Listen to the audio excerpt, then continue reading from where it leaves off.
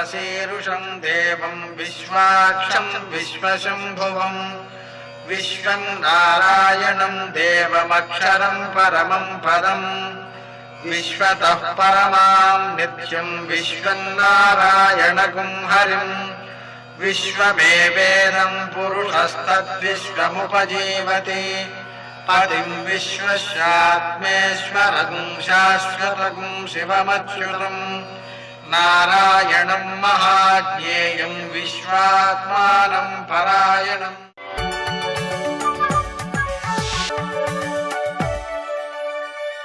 सूर्यशौर्यमथेन्दुरिन्द्रपदवी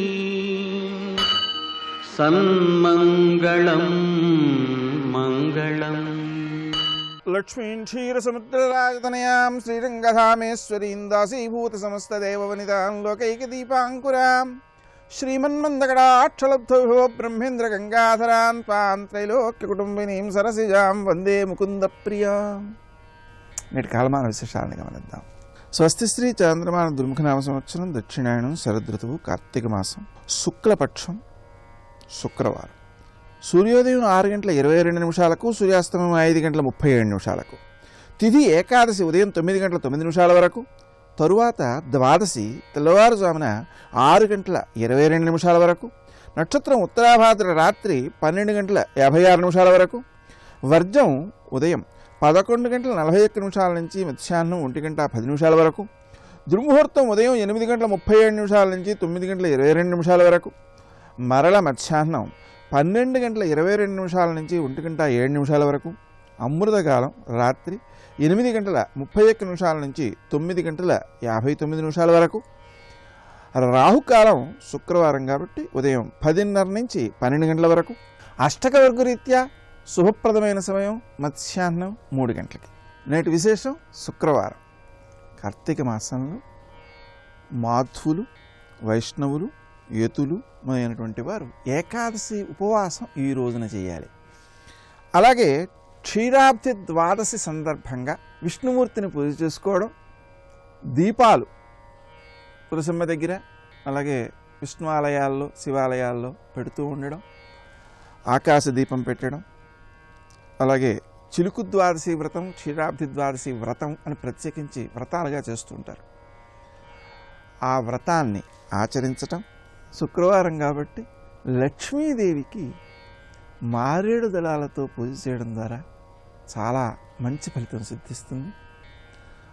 ఆర్థికమైనటువంటి సంపద యొక్క అభివృద్ధికి ఇది బాగా ఉపకరిస్తుంది. క్షీరాబ్ది ద్వాదశి అంటే పాల సముద్రాన్ని మధించి దానిలో నుంచి లక్ష్మీదేవి జనించటం, అమృతం జనించటం జరిగింది కాబట్టి అక్కడ లక్ష్మి, విష్ణువు వారిరువురికి కూడా ప్రత్యేకమైన పూజా విధానం ఆచరించడం జరుగుతుంది. చిలుకు ద్వాదశి అన్నా క్షీరాబ్ది ద్వాదశి అన్నా అది తెలుగు, ఇది సంస్కృతం, అంతే తేడా. పాల సముద్రాన్ని మధించినటువంటి రోజుగా క్షీరాబ్ది ద్వాదశి వ్రతాన్ని ఈరోజు ఆచరిస్తారన్నమాట.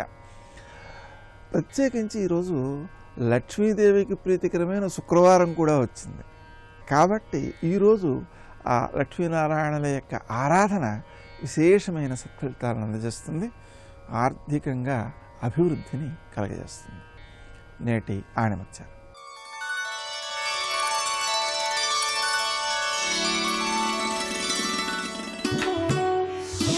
మండుతున్న బొగ్గును పట్టుకుంటే చెయ్యి కాలుతుంది, చల్లగా ఉందని ముట్టుకుంటే చేతికి మసి అంటుతుంది.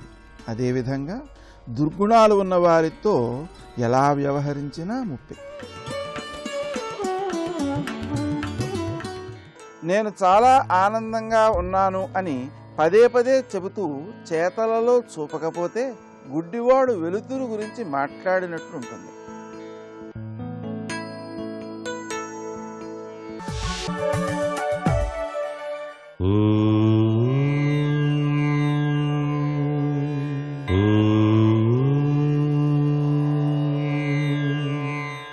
ఓం నమో నారాయణాయ. ఓం నమ శివాయ. శ్రీమాత్రే నమః. శివకేశవులకు ప్రీతివంతమైనటువంటి ఈ మాసంలో ఈరోజు చాలా ఉత్తమోత్తమైనటువంటి సుదినం. ఉదయం ఏకాదశి ఘడియలు ఉండటం చేత ప్రబోధ ఏకాదశి, బృందావన ఏకాదశి అని చెప్పేసి విష్ణుమూర్తిని ఆరాధన చేసేటువంటి తత్వచింతన, దేవతలందరికీ దర్శనమిచ్చినటువంటి మహాపుణ్య రోజుగా భావన చేస్తూ స్వామివారిని ఆరాధన చేయాలి. అలాగే మధ్యాహ్నం నుంచి ఇక క్షీరాబ్ది ద్వాదశి వచ్చింది కాబట్టి ఈ క్షీరాబ్ది ద్వాదశి నాడు లక్ష్మీదేవిని అర్చించాలి, విష్ణుమూర్తిని కూడా ప్రార్థించాలి. సాయం సంధ్యా సమయంలో తులసి కోట వద్ద ఉసిరిక మొక్కను కూడాను ఉంచి చక్కగా దీపాలంకరణ చేసి విష్ణుమూర్తికి ప్రీతివంతమైనటువంటి శంఖం, చక్రం, ముగ్గులు వేసి ఆ ముగ్గు మధ్యలో ఆవు నెయ్యితో దీపారాధన చేసిన పిదప వివిధ రకాలైనటువంటి పదార్థాలని సమర్పిస్తూ విష్ణు లక్ష్మీ నామ ఉచ్చారణ చేస్తూనే పూజాది కార్యక్రమాలు నిర్వహించటం సర్వే సర్వత్రా కూడాను శుభదాయకం. ఇలా ఈ ఉసిరిక చెట్టును, లక్ష్మీదేవికి ప్రీతివంతమైన తులసి చెట్టును ఆరాధన చేయటం వలన జీవన్ముక్తితో పాటు అదృష్టకరమైన ప్రభావాన్ని కూడా సాధించవచ్చు. దేవాలయ ప్రాంగణంలో కూడాను లేక ఆ ధ్వజస్తంభం వద్ద కానీ దీపారాధన చేసినట్లయితే ఎనలేని అనిర్వచనీయమైనటువంటి పుణ్యం మనకు లభ్యపడుతుంది సుమా అని చెప్పేసి శాస్త్రవచనం. అంతేకాకుండా క్షీరాబ్ది ద్వాదశి వ్రతం అని చెప్పేసి కూడాను స్త్రీలు ఆచరించేటువంటి సంప్రదాయం ఉంది. లక్ష్మీదేవి యొక్క అనుగ్రహ కరుణాకటాక్ష వీక్షణాలకు ఇది చాలా చక్కటి యోగవంతమైనటువంటి విధి విధానంగా కూడాను చెప్పవచ్చు. సర్వే జనా సుఖినో భవంతు.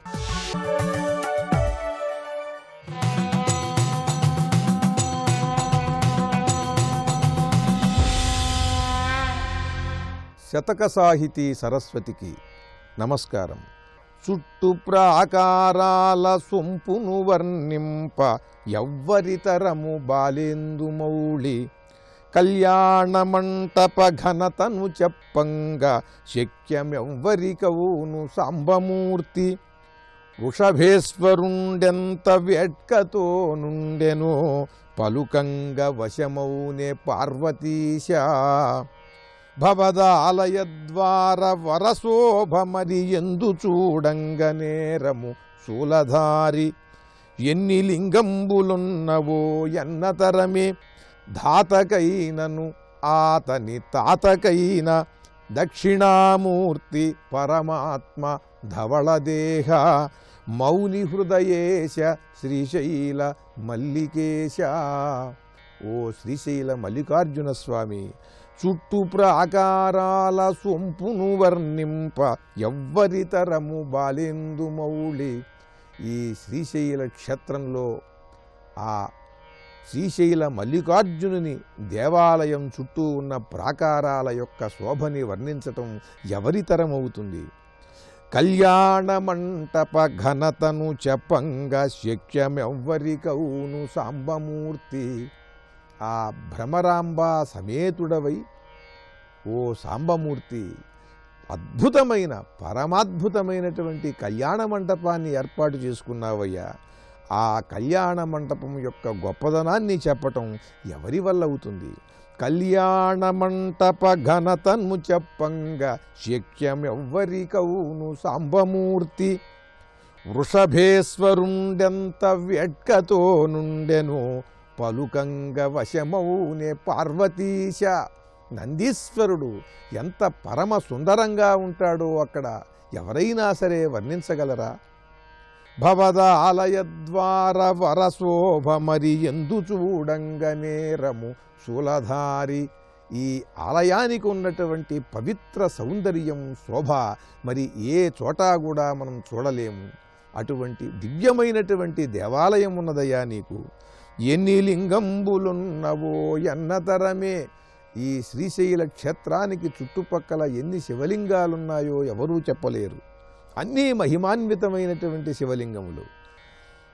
ఎన్ని లింగంబులున్నవో ఎన్నతరమే ధాతకైనను ఆతని తాతకైన, దక్షిణామూర్తి పరమాత్మ ధవళదేహ మౌని హృదయేశ శ్రీశైల మల్లికేశ అంటూ ఆ శ్రీశైల క్షేత్రంలోని ద్వారములను, గోపురమును, ప్రాకారమును, కళ్యాణ మంటపమును, అక్కడ ఉన్న నందీశ్వరుని పరమ భక్తితో ఆరాధించి సౌందర్య దృష్టితో దర్శించి ఆ వివరములన్నింటినీ కవితాభరితముగా చక్కని పద్యరచన చేసి అద్భుతమైన శతకాన్ని మనకు అందించిన భక్తి తత్పరులు, పండిత కవులు శ్రీ ముప్పాళ్ళ గోపాలకృష్ణమూర్తి గారి శ్రీశైల మల్లికేశ శతకంలోని మరి ఒక పద్యం గురించి రేపు ఉదయం తెలుసుకుందాం. ఓం నమః శివాయ. శివ శివ శివ అనవో మనసా, శ్రీ శివనామమే జగద్రక్ష. శివ శివ శివ అనవో మనసా, శ్రీ శివనామమే జగద్రక్ష. అర్జునుడు వెళ్ళి గొప్ప తపస్సు మొదలు పెడితే మూకాసురుడు అనబడేటటువంటి రాక్షసుణ్ణి అడవి పందిగా మార్చి పంపాడు శివుడు. గాంధీవం తీశాడు, బాణాన్ని సంధించాడు, గురి చూసి కొట్టాడు. అటు పరమశివుడు ఆయన కూడా ధనస్సు తీసి కిరాత వేషం ధరించి, కిరాతుడంటే అరణ్యాల్లో తిరిగేటటువంటి గిరిజనులు, గిరిజన వేషం ధరించి భార్య ఆ కిరాతుని భార్య ఎలా ఉంటుందో అటువంటి వేషాన్ని ఆవిడ ధరించింది. ధరించి వెనక ప్రమదగణాలందరూ కూడా కోయవారిగా మారిపోయారు. పరమశివుడు వస్తూ వస్తూ ఆయన కూడా బాణం వేశాడు.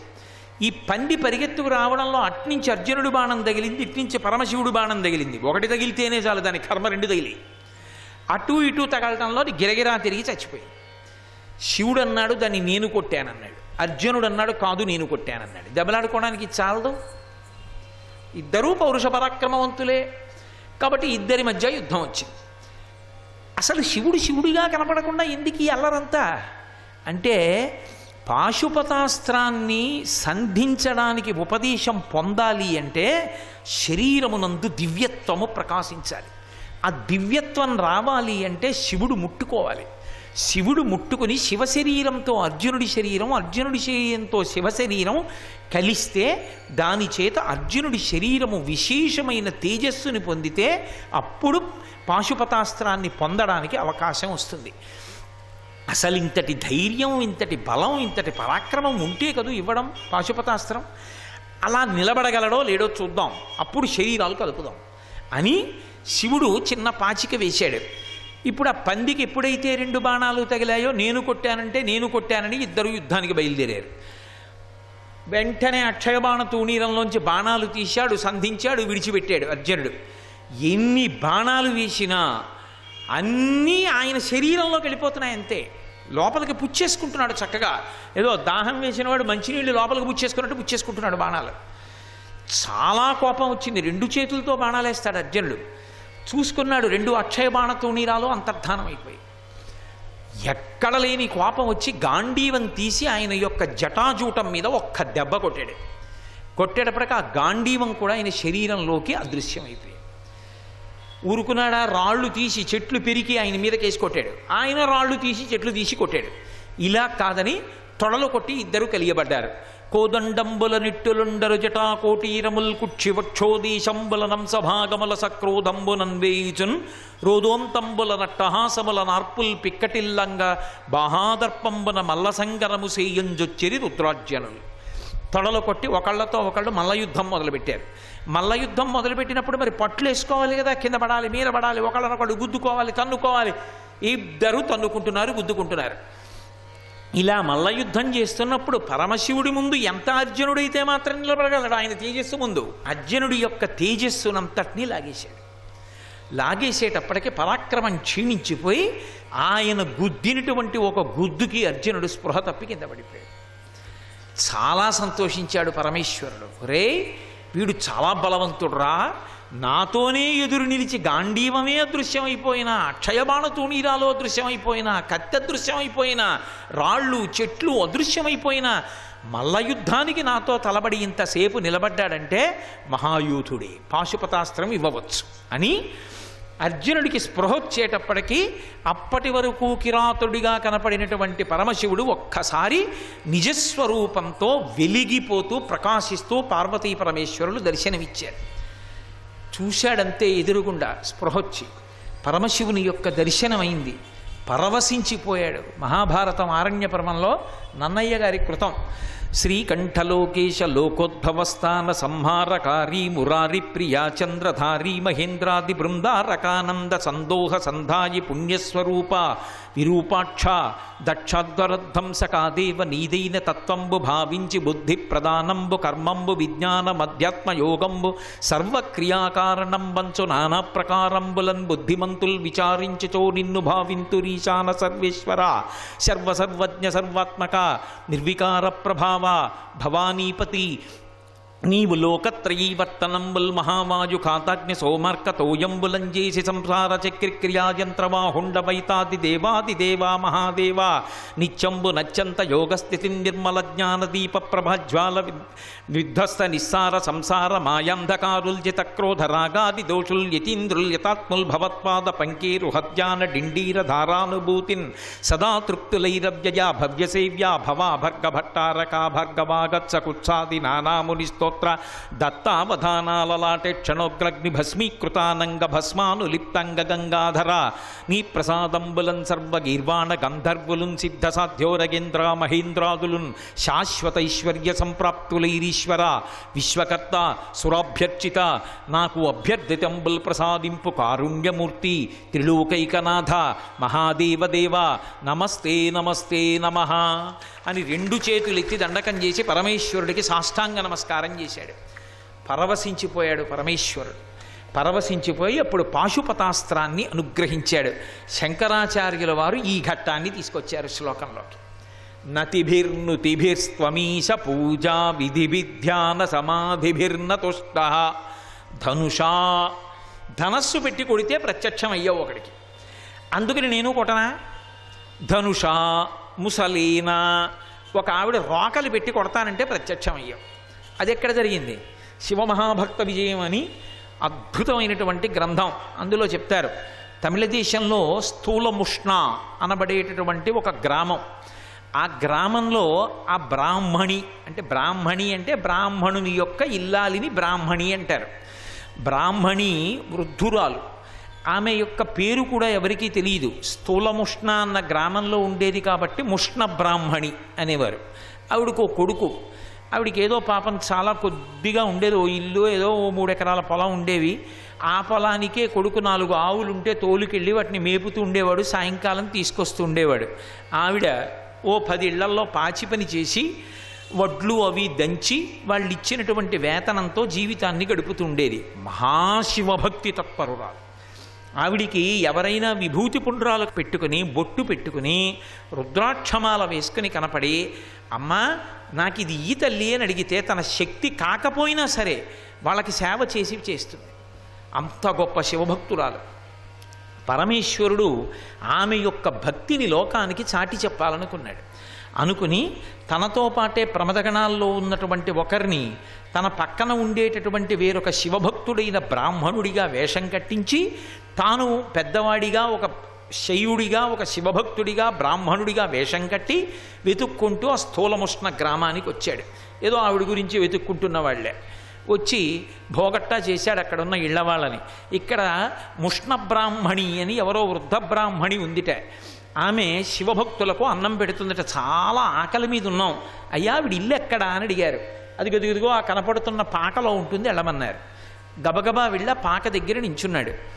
ఎక్కడో వడ్లు దంచుకుంటోంది ఆవిడ. వాళ్ళిద్దరినీ చూసింది. అబ్బా పరమశివభక్తులు అని పరుగున వచ్చి వాళ్ళకి నమస్కారం చేసింది.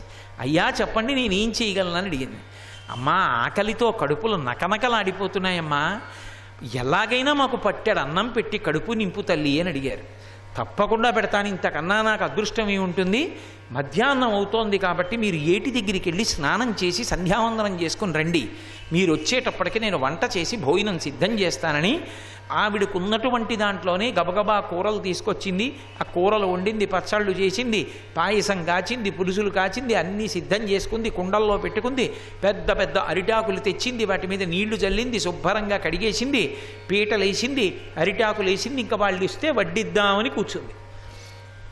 ఎవరో ఒక ఐశ్వర్యవంతురాలు వచ్చి వడ్లు దంచమంది. అమ్మా ఇప్పుడు భక్తులు వచ్చారమ్మా, అన్నం పెట్టొస్తానంది. భక్తులా అన్నం పెట్టడమా, వచ్చి వడ్లు దంచండి కాదనడానికి వీల్లేదు. వెళ్ళి ఆ వడ్లు దంచుతోంది, కానీ ఆ ఇద్దరు వస్తారేమో పరిగెత్తుకెళ్ళి అన్నం పెట్టొద్దామని చెప్పి తొంగి తొంగి చూస్తోంది.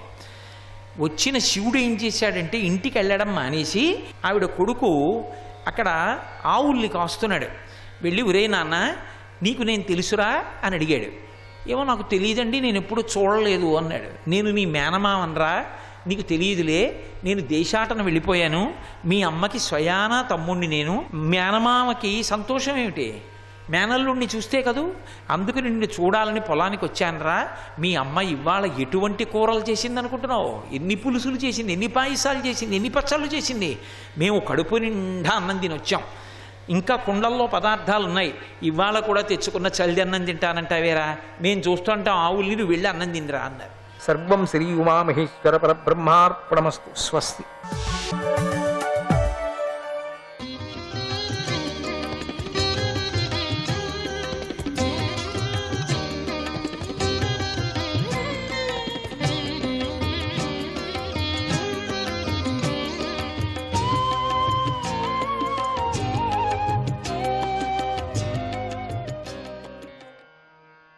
ప్రద్యుమ్నాయ నమః.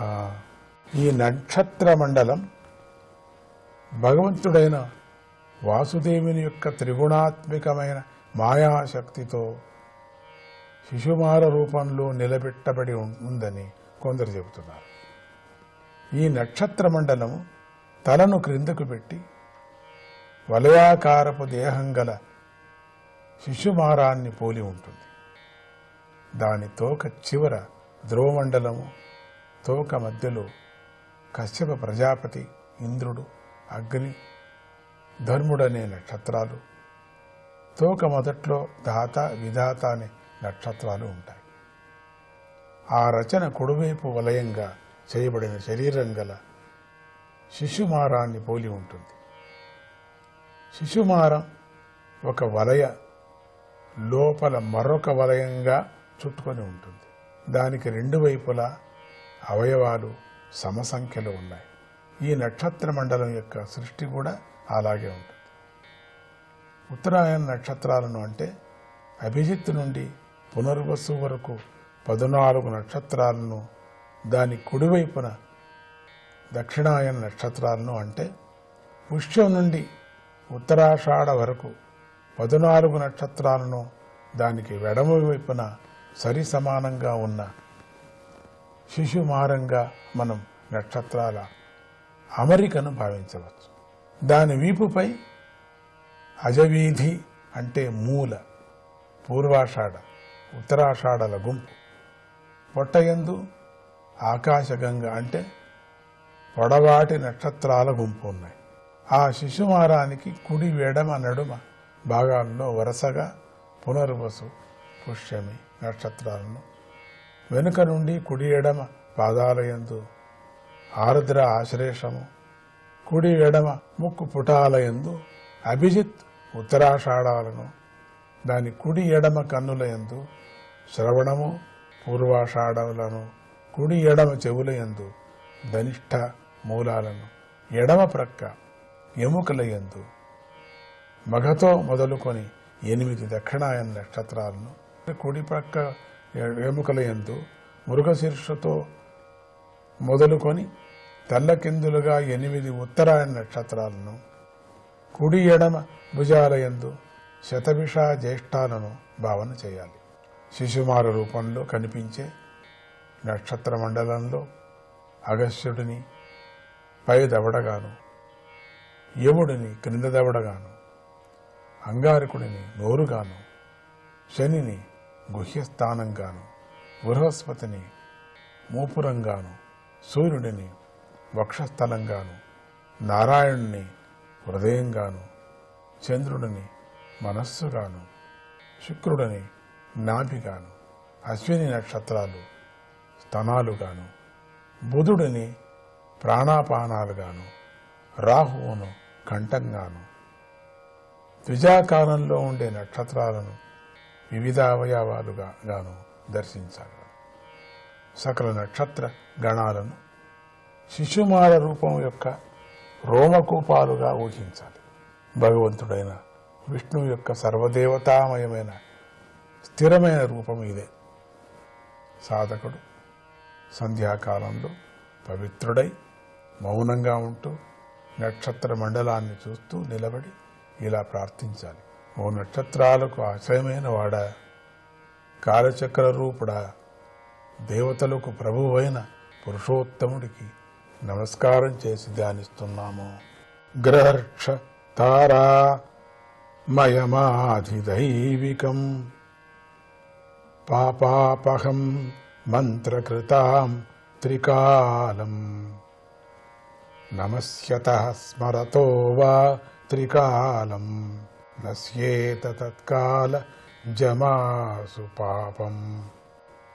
గ్రహాలు, నక్షత్రాలు, తారామండలాలతో కలిసి ఉన్న శిశుమారము దేవుడి రూపమే. దీనికి సంబంధించి పైన చెప్పిన మంత్రాన్ని 3 పూటలా జపించే వారికి పాపాలు తొలగిపోతాయి. ఈ రూపానికి 3 పూటలా నమస్కారం చేసినా లేక ఈ రూపాన్ని స్మరించిన మానవులకు అకాలమందు చేసిన పాపం వెంటనే తొలగిపోతుంది. ఆ కాలమందు చేసిన ఏ కాలాల్లో కానీ అప్పుడప్పటికే అన్ని తొలగిపోతుంటాయి. ఇంతటితో పంచమ స్కందంలోని 23వ అధ్యాయం సమాప్తం. ఇక 24వ అధ్యాయం. ఈ అధ్యాయంలో రసాతలము మొదలైన లోకాలను వర్ణించటం జరిగింది. శ్రీ శుక మహర్షి పరీక్షిత్ మహారాజుకు ఇలా చెప్పసాగాడు. నాయనా, సూర్యుడికి 10,000 యోజనాల క్రింద రాహు నక్షత్రంలాగా తిరుగుతూ ఉంటాడని కొందరు చెబుతున్నారు. సింహికాపుత్రుడైన ఈ రాహువు అసురులలో నీచుడు. ఇతడు దేవత కావటానికి తగినవాడు కాదు. అయినా కూడా భగవంతుడి అనుగ్రహంలో ఇతడు దేవత అయ్యాడు. ఆ రాహు యొక్క జన్మ, చేసే పనుల గురించి తర్వాత చెప్తాను. బాగా తప్పింపజేసే సూర్యమండలం యొక్క వైశాల్యము 10,000 యోజనాలు, చంద్రమండలం 12,000, రాహుమండలం 13,000 యోజనాలు వైశాల్యాలు కలిగి ఉన్నాయి. రాహువు అమావాస్య, పౌర్ణిమ రోజుల్లో సూర్యుడికి చంద్రుడికి మధ్యలో అడ్డు తగులుతూ ఉంటాడు. తనకు వారితో గల శత్రుత్వాన్ని గుర్తు చేసుకొని ఆ రోజులలో వారి వైపు ప్రయాణం చేసి అడ్డు తగులుతూ ఉంటాడు. దానినే గ్రహణం అంటారు. ఆ విషయాన్ని తెలుసుకున్న శ్రీహరి సూర్యచంద్రులను రక్షించడం కోసమే తన ప్రియమైన సుదర్శన చక్రాయుధాన్ని పంపుతాడు. ప్రసిద్ధి చెందిన ఆ సుదర్శన చక్రం భగవంతుడు తేజస్సును కలిగి ఉంటుంది. దాన్ని సహించడం సాధ్యం కాదు. నిరంతరంగా తిరుగుతున్న ఆ చక్రానికి ఎదురుగా రాహువు సుమారు గంట సేపు నిలబడి ఉంటాడు. సుదర్శన చక్రానికి భయపడి వణికిపోతున్న హృదయంతో దూరం నుండే వెనుకకు వెళ్ళిపోతాడు. దీనినే లోకంలో గ్రహణం పట్టడం అంటారు. రాహువు కంటే 10,000 యోజనాల క్రింద సిద్ధులు, చారణులు, విద్యాధరులు స్థానాలుగా అవన్నీ ఉన్నాయి. వాటి క్రింద వాయువు వీచేటంత వరకు, మేఘాలు కనిపించేటంత వరకు అంతరిక్షం ఉంది. ఈ అంతరిక్షంలో రాక్షసులు, పిశాచాలు, భూతాలు, ప్రేతాలు విహరిస్తూ ఉంటాయి. ఆ అంతరిక్షం క్రింద 100 యోజనాల దూరంలో ఈ భూమి ఉంది. హంసలు, రాబందులు, గ్రద్దలు, గరుడ పక్షులు మొదలైన ప్రముఖ పక్షులు ఎంతవరకు ఎగురుతాయో అంతవరకు భూమి అని గ్రహించాలి. ఈ భూమి ఏ విధంగా నిర్మించబడి నిలబడి ఉందో చెప్పబడింది. ఈ భూమి క్రింద ఒక్కొక్కటి 10,000 యోజనాల తేడాలో అతలము, వితలము, సుతలము, తలాతలము, మహోతలము, రసాతలము, పాతాళము అని 7 లోకాలు భూమి లోపలి లోకాలుగా ఉన్నాయి. అంటే ఈ భూమి కింద ఉండేటువంటివి. అంటే ఏదో భూమి లోపల గర్భంలో ఉన్నాయని అది కాదు. మొత్తం భూమి ఏముందో భూగోళము, ఆ భూమి గోళము కింద ఉండేటువంటి లోకాలు ఇవన్నీ కూడా. కొంతమంది పాతాళం అంటే భూమిని తవ్వుకొని లోపలేడే పాతాళం అనుకున్నారు. అది కాదు, భూమిని వదిలి కింద ఉండేటువంటి. ప్రద్యుమ్నాయ నమః.